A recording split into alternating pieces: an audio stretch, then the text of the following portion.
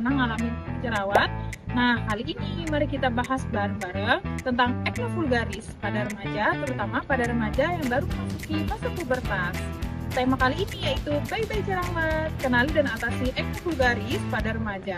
Yuk kita kenali penyebabnya dan cari tahu bersama pengobatan yang tepat supaya jerawat nggak jadi masalah lagi. Mari kita kenali apa itu jerawat. Jerawat atau acne vulgaris adalah masalah kulit yang sering muncul saat remaja. Tandanya bisa berupa komedo, hitam atau putih, jerawat merah atau papula, jerawat berisi nanah atau pustula, sampai benjolan besar atau nodul. Kondisi ini bisa bikin penampilan terganggu dan kadang menurunkan rasa percaya diri loh. Jerawat terjadi karena kelenjar minyak yang bekerja terlalu aktif. Akibatnya, pori-pori tersumbat oleh minyak berlebihan yang bercampur dengan debu, kotoran, dan keringat. Pada perempuan biasanya muncul pada usia 14-15 tahun, sedangkan pada laki-laki muncul di usia 16-17 tahun. Lalu apa aja sih faktor penyebab jerawat? Bagi kalian para perempuan yang suka pakai kosmetik bisa loh menjadi suatu pemicu dari suatu jerawat. Karena kosmetik yang mengandung bahan-bahan yang dapat menyumbat pori dapat mengakibatkan jerawat. Perubahan hormon dapat memicu munculnya jerawat, dan juga pola makan tinggi lemak dan juga tinggi karbohidrat dapat menjadi salah satu pemicunya. Nah, sekarang kalian sudah tahu kan apa itu jerawat, bagaimana sih jerawat itu bisa terjadi, dan apa saja faktor penyebab munculnya jerawat. Sekarang mari kita telah lebih lanjut jenis-jenis jerawat. Pasti banyak dari kalian yang belum tahu kan apa saja sih jerawat itu. Jenis-jenis jerawat inilah yang akan menentukan pengobatan dan perawatan yang bisa kalian lakukan di rumah.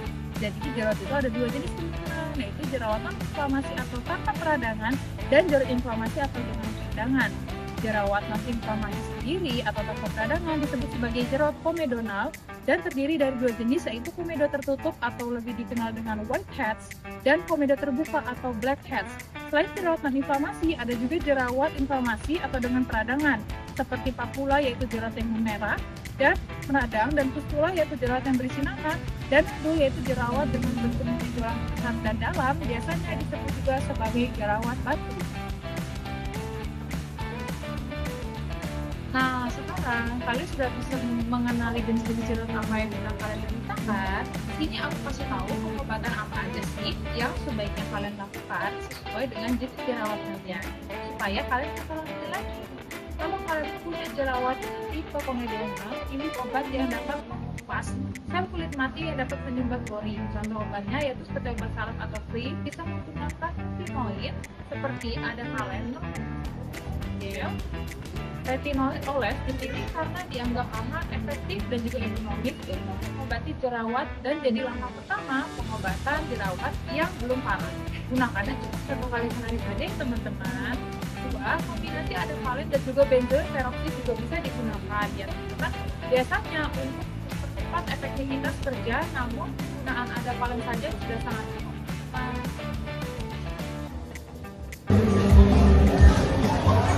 Nah, kalau kalian punya jerawat merah atau papula dan jerawat nanah atau pustula, biasanya membutuhkan kombinasi obat. Contoh pilihan pertama yaitu kombinasi adapalene gel 0,1% dan benzoyl peroksid. Biasanya disarankan jika kasusnya sedang. Yang kedua, benzoyl peroksid saja juga sudah cukup tanpa kombinasi apapun. Yang ketiga, kalau jerawat kalian terjadi di bagian area tubuh, maka gunakan terapi hormonal atau penggunaan antibiotik. Catatannya, penggunaan antibiotik harus di bawah resep dokter dan pengawasan dokter ya teman-teman. Tidak boleh digunakan sembarangan dan jangka panjang karena akan mengakibatkan resistensi.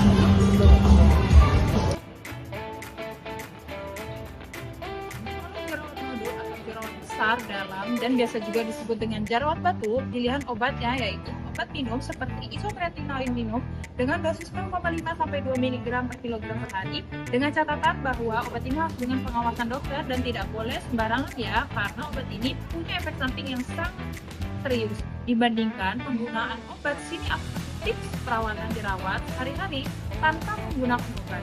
1. Hindari hal-hal yang bisa memicu jerawat. Contohnya penggunaan kosmetik dan juga pola makan. Yang kedua, cuci wajah 5 kali sehari. Gunakan sabun cuci wajah gel yang lembut, jadi aman dan tidak mengiritasi kulit yang berjerawat. Yang ketiga, gunakan sunscreen jika keluar rumah dan pilih SPF di bawah 5. Yang keempat, hindari mengecat jerawat.